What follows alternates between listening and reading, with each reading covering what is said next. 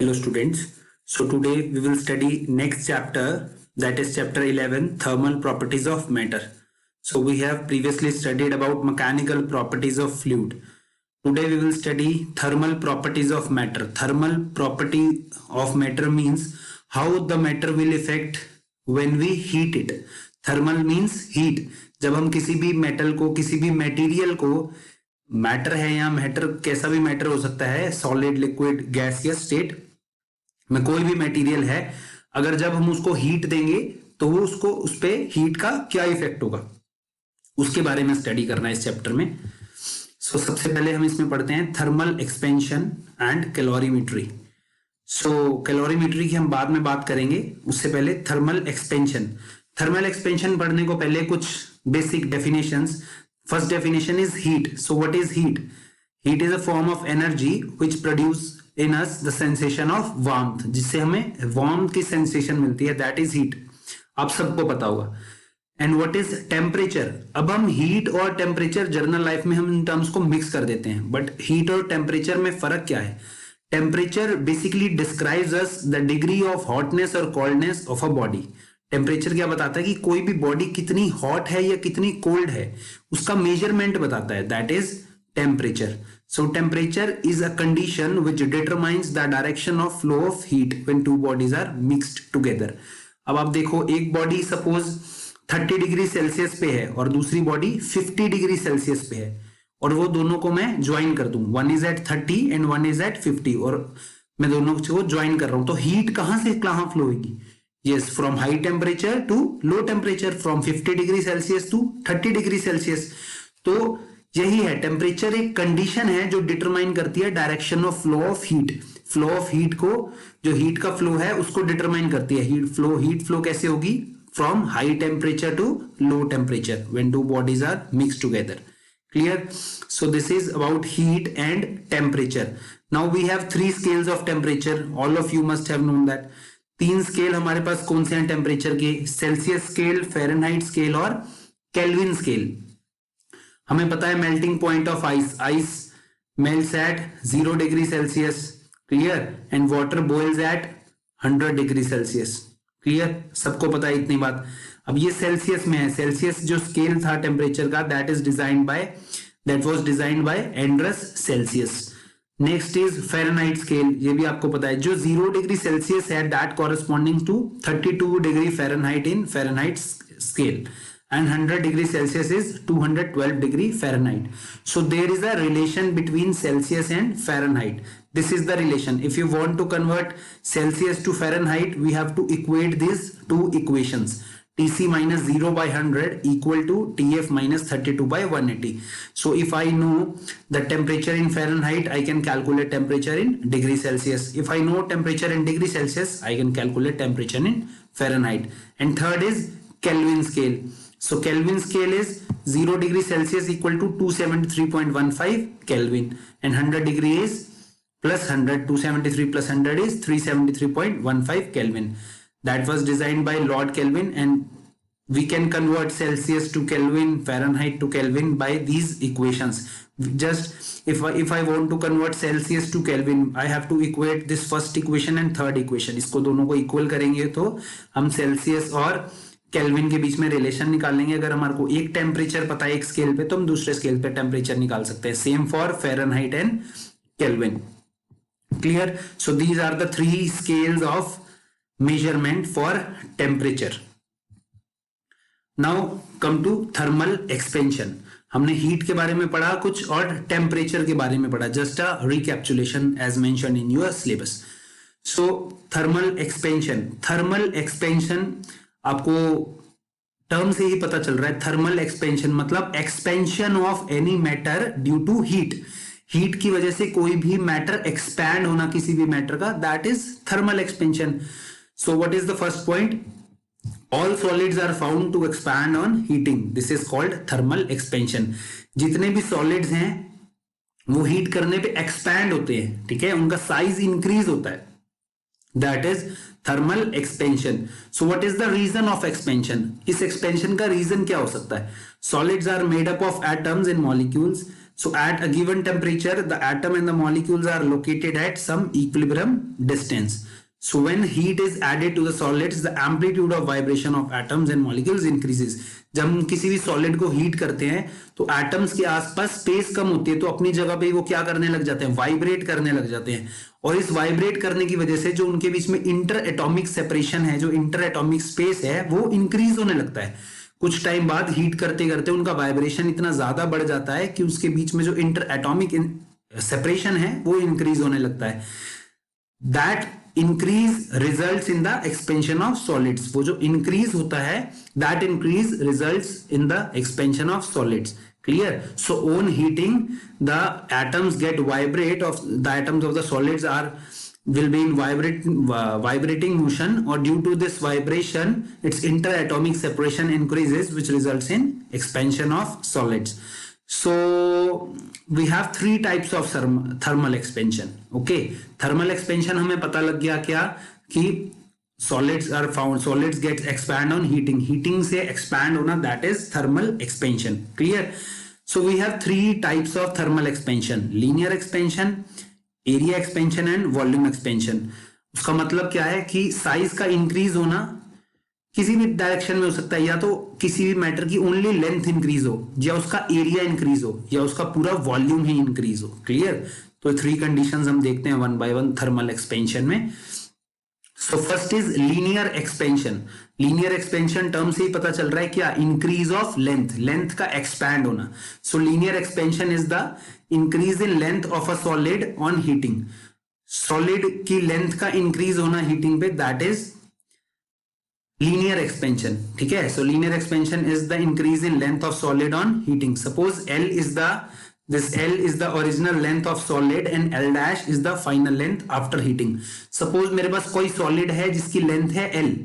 Clear? कोई एक solid है जिसकी length है L, कोई वायर है सपोज, उसकी लेंथ L है, मैंने उसको हीट किया, उसकी लेंथ इंक्रीज होगी, सपोज L dash होगी, उसकी लेंथ क्या होगी, L dash होगी। सो what is the change in the length? Change in length क्या होगी, final length minus initial length, L dash minus L। We can equate it as delta L, change in length. So small increase in length of rod when temperature is raised, that is, it can be written as L dash minus L. Wait, I'll correct it. Yes, so final length is L dash and initial length is L. So what is the increase in length? L dash minus L, that is increase in length. How this length increases? This length increases due to increase in temperature. So delta T is the small increase in temperature.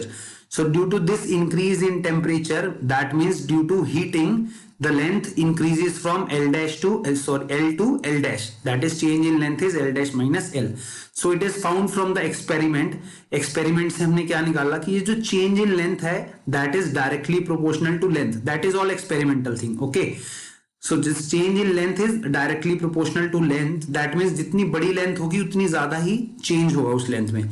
And second is change in length is directly proportional to increase in temperature. So increase in length is directly proportional to length and increase in length is directly proportional to temperature. That is experimental data. On combining these two equations, what I get, delta L is directly proportional to L and delta T. So increase in proportional to L and increase in length is directly proportional to delta T. Clear? और increase in length, what is increase in length? अगर हम इसका proportional का sign हटाएंगे directly proportional का, so we get a constant of proportionality called alpha. Delta L is alpha L delta T. So what is alpha? Alpha is the coefficient of linear expansion. Coefficient है किसका, linear expansion का। Coefficient क्या होता है, mathematics में पढ़ते हैं, जो ये टर्म है इसके फ्रंट में जो भी कांस्टेंट होता है, that is coefficient of linear expansion. So this delta L is alpha L delta T, where alpha is the coefficient of linear expansion, alpha is delta L divide by L delta T, this is alpha. So we can define alpha as coefficient of linear expansion is defined as small change in length. Delta is change in length per original length per degree rise in temperature. Clear? Delta L upon L ये क्या होगा, small change in length per unit length, और delta T क्या है साथ में, per degree rise in temperature, that is alpha। और delta L और L क्या है, ये दोनों लेंथ हैं, तो इसकी यूनिट क्या होगी, 1 by टेम्परेचर पर डिग्री सेल्सियस और पर केल्विन। किसमें मेजर करेंगे इसको? पर डिग्री सेल्सियस या पर केल्विन में, मतलब डिग्री सेल्सियस इनवर्स और केल्विन इनवर्स। सो हम इसको डेल्टा एल है, इसको हम ऐसा भी लिख सकते हैं। सपोज LT1 था, length of solid at temperature T1, कुछ टेम्परेचर है सपोज पहले सॉलिड का, उसके कॉरेस्पॉन्डिंग लेंथ है T1 LT1, और टेम्परेचर चेंज हुआ हीट करने पे, टेम्परेचर इंक्रीज हो गया T2, उसके कॉरेस्पॉन्डिंग जो लेंथ है LT2। So what is alpha? Change in length, final length LT2 minus initial length LT1, या यहाँ आप L डैश माइनस L भी लिख सकते हैं, same, divide by original length into change in temperature. So from this we can find the final length. Final length is initial length plus 1 plus alpha T2 minus T1. That can also, we can equate this formula, we can learn this formula also. ठीक है, तो basic हमें पता क्या होना चाहिए इसमें? हमें यह पता होना चाहिए what is alpha, coefficient of linear expansion. Coefficient of linear expansion is change in length per unit original length per degree rise in temperature. That is coefficient of linear expansion, and that depends on the nature of material of solid. Solid के nature पे depend करता है कि हर solid का एक अपना linear expansion का coefficient होता है। Clear? So this is coefficient of linear expansion. Next we will study area expansion. Just like we have linear expansion, we can when we heat the solid, the surface area of solid increases, that is area expansion or surface expansion. So delta S is the small increase in area. Suppose initial area था S, final area S dash. So S dash minus S is the increase in, so delta S is increase in area when we heat the solid. So small increase in temperature is delta T. Same. So it is found from experiment that this delta S increase in area is directly proportional to area and directly proportional to increase in temperature. On combining this we get S delta T, just like there in the linear expansion what we get, delta L is directly proportional to L into delta T. Same for surface. और जब इसका proportional हटाएंगे तो एक new coefficient आ जाएगा, new constant आ जाएगा, proportionality constant, that is coefficient of area expansion. वहां क्या था? कोफिशिएंट ऑफ लीनियर एक्सपेंशन, जो बताएगा कि सॉलिड कितना एक्सपैंड हो सकता है। बीटा क्या बताएगा? जो बीटा है वो उसका एरिया कितना एक्सपैंड हो सकता है। वहां क्या था? अल्फा, उसकी लेंथ कितनी एक्सपैंड हो सकती है। यहाँ वो एरिया बताएगा कितना एक्सपैंड हो सकता है। सो what is beta? Beta is change in area per unit original area per degree rise in temperature. So this is coefficient of area expansion or areal expansion or surface expansion. Same, ST1 is the surface area of solid at temperature T1. ST2 is the surface area of solid at temperature T2. So what is beta? Change in surface area, final surface area at temperature T2 minus initial surface area at temperature T1. What is our initial surface area? The original surface area. Per unit original surface area ST1 into increase in temperature, final temperature minus initial temperature, and that beta 2, this beta also depends on the nature of solid. But on what factor it depends? It depends on the nature of solid, just like alpha also depend on the nature of solid. Beta का unit क्या होगा? Beta हम किस में major करेंगे? Same, यहाँ भी ऊपर भी एरिया है न्यूमरेटर में और डिनोमिनेटर में भी क्या है? एरिया है। So this gets cancel out and beta equal to 1 by T. That means per degree Celsius or per Kelvin. Clear? So this is area expansion. So we have studied about linear expansion. We have studied about surface expansion. Next is volume expansion. अब आप इस slide को देखिए, volume expansion same, delta we increase in volume, final volume we dash, initial volume we, delta T small increase in temperature. So it is found from the experiment that well delta V is directly proportional to V and delta V is directly proportional to T. On combining we get this. Proportional का sign हटाएंगे तो इस बार नया coefficient आ जाएगा gamma. What is this gamma? Coefficient of volume expansion. Clear? अब बहुत easy रहेगा अब आपके लिए. हमने कोफिशिएंट ऑफ लीनियर एक्सपेंशन पढ़ा, coefficient of alpha beta gamma. Alpha is coefficient of linear expansion, beta is coefficient of surface expansion, and gamma is coefficient of volume expansion. So gamma is delta V, change in volume per unit volume per degree rise in temperature. Same, coefficient of volume expansion is defined as small change in volume per unit volume per degree rise in temperature, and we can find final volume from this formula. And this gamma also depends on the nature of solid. सो हमने 3 types पढ़ लिए क्या, alpha beta gamma, coefficient of linear expansion, coefficient of surface expansion, coefficient of volume expansion. So now we will study the relation between these three. So now consider a cube of length L, surface area S and volume V. हमने cube लिया जिसका length L है, सो surface area क्या होगा उसका L square और volume क्या होगा L क्यूब, सबको पता है. So let the cube B heated by small temperature delta T. Suppose cube को हमने हीट किया डेल्टा टी टेम्परेचर से. Then delta L is the increase in length of each suit. Suppose on heating the length increased by delta L, the surface area increased by delta S and the volume increased by delta V. And if alpha, beta, gamma are the coefficients of linear expansion, areal expansion and volume expansion respectively, then delta S is alpha L delta T, delta S is beta S delta T and delta V is gamma V delta T.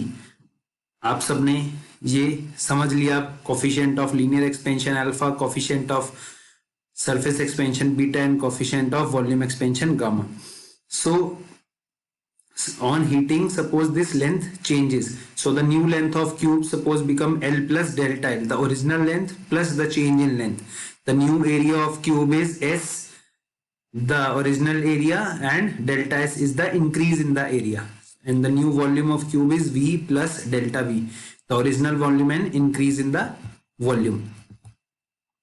So let's find first relation between alpha and beta. So how to find relation between alpha and beta? Very simple. New surface area we know is S plus delta S, the original area and the change in increase in surface area. So S plus delta L, S है surface area, S initially जो surface area है that is equal to L square. तो S plus delta S किसके equal होगा, L plus delta L square के equal होगा. हम S plus delta S की जगह क्या लिख सकते हैं, हम डेल्टा S की जगह लिख सकते हैं beta S delta T from this equation. Delta S we can write delta S in terms of beta S delta T and delta L in terms of alpha L delta T. So on putting these and further we can take S common from here. S1 plus beta delta T is, we can take L, when we take L common from these two equation, so square is there, the common is L square, and what we get 1 plus alpha delta T. L is the common. So this A plus B square, what is A plus B square? A square plus B square plus 2AB. Now we know that alpha is small, the alpha beta gamma coefficient, they are very small. So alpha is small and alpha square is also very small. अगर alpha small है तो alpha square और भी small होगा, तो हम उसको neglect कर सकते हैं. हमने alpha square को क्या कर दिया है, neglect. तो जब इन दोनों को equate करेंगे we get beta is 2 alpha. So beta equal to 2 alpha. मेरे पास बीटा और अल्फा के बीच में क्या आ गया, रिलेशन आ गया. ऐसे ही अल्फा और गामा के बीच में भी रिलेशन निकाल सकते हैं. गामा क्या है, न्यू वॉल्यूम, वॉल्यूम एक्सपेंशन है तो V plus delta V. Volume को क्या, वॉल्यूम ऑफ क्यूब क्या होता है, L cube. So V plus delta V is L plus delta L cube. यहाँ पर सेम डेल्टा V को हम गामा V डेल्टा V लिख सकते हैं, डेल्टा L को अल्फा L डेल्टा L लिख सकते हैं.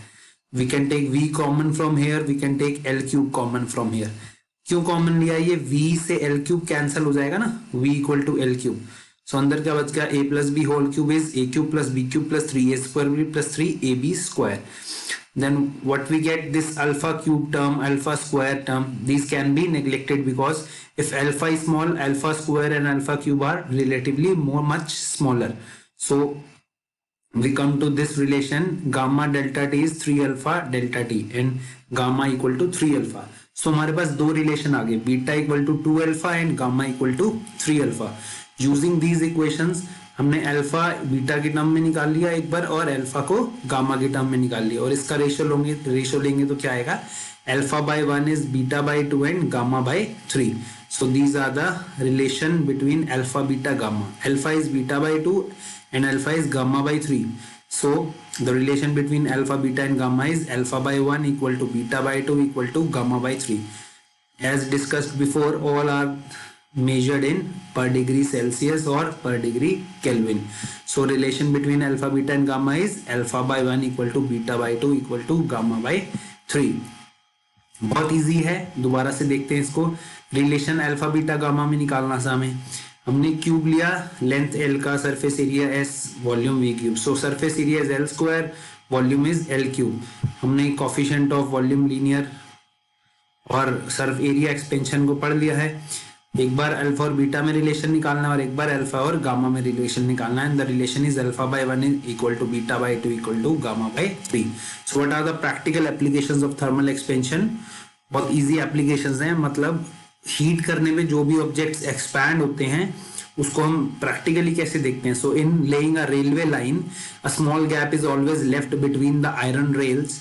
If there were no gap, अगर ऐसा गैप ना होता, अगर रेल ट्रैक के बीच में गैप नहीं रखते तो क्या होता, समर्स में एक्सपैंड होता, वो हीटिंग वे से एक्सपैंड होता. एक्सपैंड होने की वजह से अगर उसमें गैप ना होता तो रेलवे ट्रैक क्रैक हो सकता था और बेंड भी हो सकता था, which can lead to accident. So thermal expansion का प्रैक्टिकल एप्लीकेशन है ये. Space is left between the girders used for supporting bridges. The space is left to allow their expansion during the summer. ऐसे ही जो rim होता है wheel का, जो साइकिल या मोटरसाइकिल कोई भी व्हीकल का रिम होता है, उस रिम और व्हील के अंदर थोड़ा सा बिल्कुल गैप छोड़ते हैं ताकि जब हम उसको हीट करते हैं तो व्हील इजीली ग्रिप कर जाए, रिम इजीली ग्रिप कर जाए व्हील के साथ. So this is also the practical application of thermal expansion. Fifth application, fourth भी सेम है, आप किसी भी बुक से पढ़ सकते हैं. यहाँ फिफ्थ एप्लीकेशन देखिए, clock pendulums are made of invar. What is invar? Because invar has very low coefficient of linear expansion. So this enables the clock to keep correct time in different seasons. So invar basically एक alloy होता है जिसका linear expansion बहुत कम होता है, तो उसका basically length change नहीं होता क्लॉक पेंडुलम में, तो हमारे को करेक्ट टाइम पता चलता है. So these are some practical applications of thermal expansion. So same हमने थर्मल एक्सपेंशन सॉलिड्स में पढ़ा है, ऐसे ही थर्मल एक्सपेंशन लिक्विड में भी हम कर सकते हैं read. So what is expansion of liquid? So for heating a liquid it has to be put in container. अगर हमें लिक्विड को हीट करना है तो हमें किसी कंटेनर में रखना पड़ेगा. So when liquid is heated the container will also expand. अगर हम लिक्विड को जिस कंटेनर में डालेंगे तो जब हम हीट करेंगे लिक्विड भी एक्सपैंड होगा और कंटेनर भी एक्सपैंड होगा. तो हम उसकी एक्सपेंशन जो है लिक्विड की दो टर्म्स में मेजर करते हैं. एक तो उसकी एपरेंट एक्सपेंशन और एक उसकी रियल एक्सपेंशन. एपरेंट एक्सपेंशन क्या होगी? जब लिक्विड भी एक्सपैंड करा और उसके साथ कंटेनर भी एक्सपैंड करा तो वो एपरेंट एक्सपेंशन हुई. अगर कंटेनर एक्सपैंड ना करे, बस लिक्विड एक्सपैंड करे, तो वो क्या होगी? Real expansion. So what is coefficient of apparent expansion?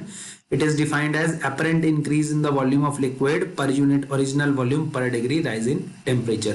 This can be represented by gamma A. So what is gamma A? Apparent increase in volume divided by original volume into rise in temperature. हम यहाँ volume के terms क्यों ले रहे हैं? क्योंकि liquid या gases कोई भी फ्लूइड्स है हम उसको वॉल्यूम के टर्म में मेजर करते हैं. Clear? So this is coefficient of apparent expansion. Third point में मैंने लिखा है when the container does not expand then real expansion of liquid is studied. जब कंटेनर एक्सपैंड होगा तो एपरेंट एक्सपेंशन की बात करेंगे और जब कंटेनर एक्सपैंड नहीं होगा तो real expansion, which can be noted in terms of coefficient of real expansion. So it is defined as real increase in volume of the liquid per unit original volume per degree rise in temperature. This is denoted by gamma R. This is the formula for real expansion of liquid. Clear? Coefficient of real expansion of liquid. Actually ये सब theory है, इसलिए PPT में आपको बता रहा हूँ. PPT में अब किसी भी बुक से पढ़ लेना, सेम आपको थ्योरी मिलेगी, same definitions. Those are this universal definitions. Okay, so gamma R and gamma A both are measured in per degree Celsius, but the real expansion coefficient of real expansion is greater than coefficient of apparent expansion. By what factor? Coefficient of real expansion is coefficient of apparent expansion plus this gamma g. What is gamma d? That is the volume expansion of container. Container के expansion plus apparent expansion equal to real expansion. So coefficient of real expansion is coefficient of apparent expansion plus coefficient of volume expansion of container. So from this we can study the expansion of liquids. Same we can study the expansion of gases. So at ordinary temperature gases expands more than solids and liquid. Ordinary temperature पे gases solids और liquid से भी ज़्यादा expand होती है. Coefficient of volume expansion is dependent on the temperature for gases. Generally in solids and liquid it is independent of temperature, gamma.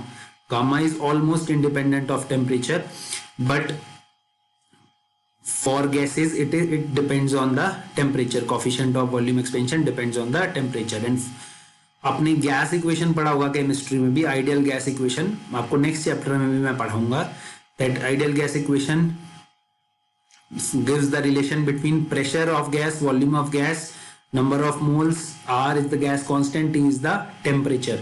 So for an ideal gas, the gas equation is PV is equal to nRT.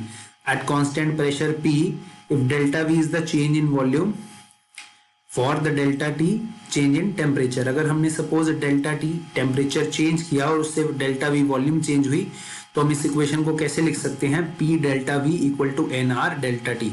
P here is constant. तो हम ये एक second equation है और PV equal to nRT first equation है. इन दोनों equations को डिवाइड करेंगे तो मेरे पास एक रिजल्ट निकल के आता है 1/T equal to delta V by V into delta T. That I can equate it as gamma. So this gamma is coefficient of volume expansion of gases. Okay.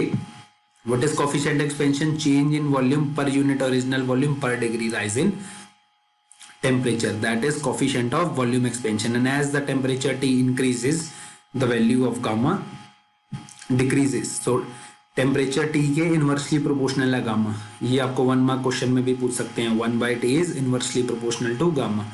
It is inversely proportional to gamma.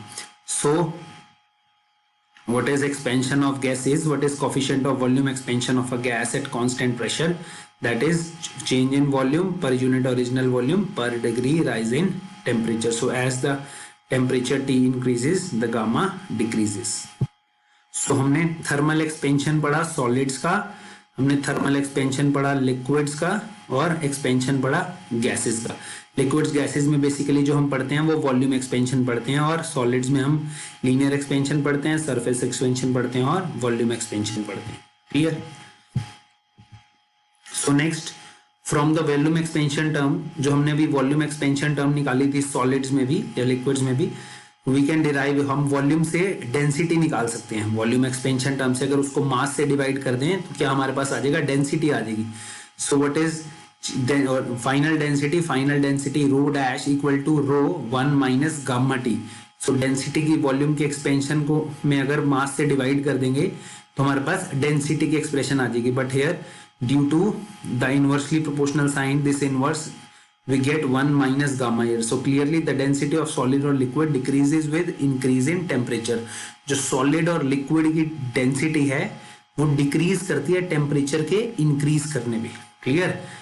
Temperature जैसे जैसे increase होगा density वैसे वैसे solids और liquid की decrease करेगी. ध्यान से सुनना, बहुत important है. Clear?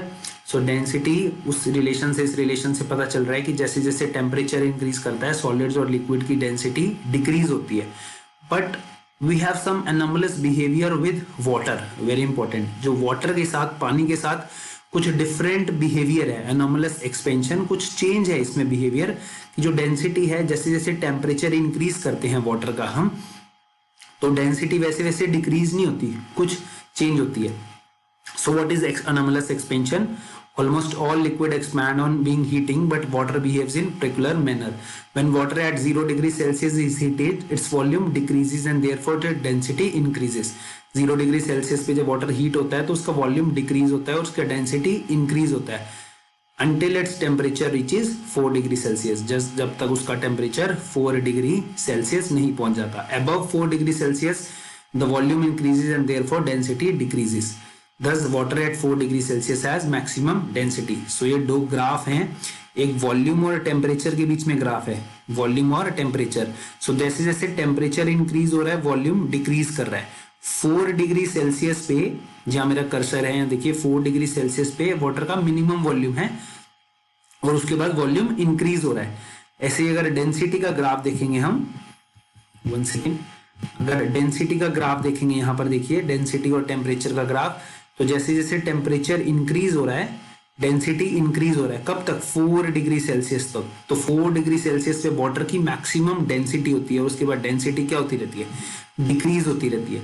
So unlike in the case of other solids और liquid, the density decreases with increase in temperature, but for water first it increases with temperature. Density 0 से 4 डिग्री सेल्सियस तक इंक्रीज होती है, मैक्सिमम होती है 4 degree Celsius पे, फिर क्या होती है, डिक्रीज होती है. सो this is anomalous behaviour of water. And we have one practical application, very important application for this anomalous expansion of water. अगर ऐसा expansion ना होता है, anomalous expansion water का, anomalous behavior ना शो करता, तो aquatic life survive नहीं कर पाती. So let's see the practical application of this anomalous expansion of water. So what is the practical importance of anomalous expansion of water? Very interesting. The anomalous expansion of water has a favorable effect on aquatic life since the density of water is maximum at 4 degree Celsius. हमने पढ़ा कि water की density maximum होती है 4 degree Celsius पे. उससे अगर temperature कम है तो डेंसिटी कम है, उससे टेम्परेचर ज्यादा है तो भी डेंसिटी डिक्रीज हो रही है. ठीक है, मैक्सिमम किस पे है, 4 डिग्री सेल्सियस पे. Water at the bottom of lakes remains at 4 degree Celsius even if it freezes at the on the top. Winter season में क्या होता है कि वाटर जो सरफेस वाला वाटर है उसमें ऊपर अगर वाटर सरफेस उसका फ्रीज हो जाता है तो उसके जस्ट नीचे टेम्परेचर क्या होता है, 1 डिग्री सेल्सियस, 2 डिग्री सेल्सियस. यहाँ पर डेंसिटी क्या है, कम. जैसे जैसे हम डेप्थ में जाते हैं तो नीचे डेंसिटी क्या होती है, नीचे वाटर बेड में डेंसिटी 4 डिग्री सेल्सियस ही रहती है. Clear. So water at the bottom of lake remains at 4 degree Celsius even if it freezes on the top surface. This allows the marine animals to remain alive and more move freely near the bottom. तो 4 degree Celsius पे easily वो marine aquatic life जो है वो survive कर पाती है और इजीली मूव कर पाती है वहां पर. ठीक है. So if water did not have this property, lakes and ponds would freeze from the bottom up which would destroy the entire aquatic life. अगर ऐसा ना होता कि जो अगर सरफेस पे जो टेम्परेचर है वाटर का, जैसे जैसे नीचे जाते हैं उसको टेम्परेचर क्या हो रहा है, इंक्रीज हो रहा है. ठीक है, भले ही सरफेस पे 1 डिग्री सेल्सियस 0 डिग्री सेल्सियस है, फ्रीज हुई हुई है आइस, बट नीचे क्या है 4 डिग्री सेल्सियस है. तो डेंसिटी मैक्सिमम वाटर की 4 डिग्री सेल्सियस पे होती है जहाँ एक्वेटिक लाइफ इजीली सर्वाइव कर पाते हैं. अगर ऐसा ना होता, ये एनोमलस बिहेवियर, वैसे तो सारी जितने भी सॉलिड्स हैं, लिक्विड्स हैं, उनकी डेंसिटी डिक्रीज होती है टेम्परेचर के साथ. क्लियर. सो अगर एनोमलस वाटर क्या करता है, कुछ डिफरेंट बिहेवियर शो करता है. अगर ऐसा ना होता तो लेक नीचे से फ्रीज होनी स्टार्ट होती, ऊपर की तरफ नीचे से फ्रीज होनी स्टार्ट होती तो एक्वेटिक लाइफ सर्वाइव नहीं कर पाती. Clear. So this is the practical importance of anomalous expansion of water. So this is all about this lecture.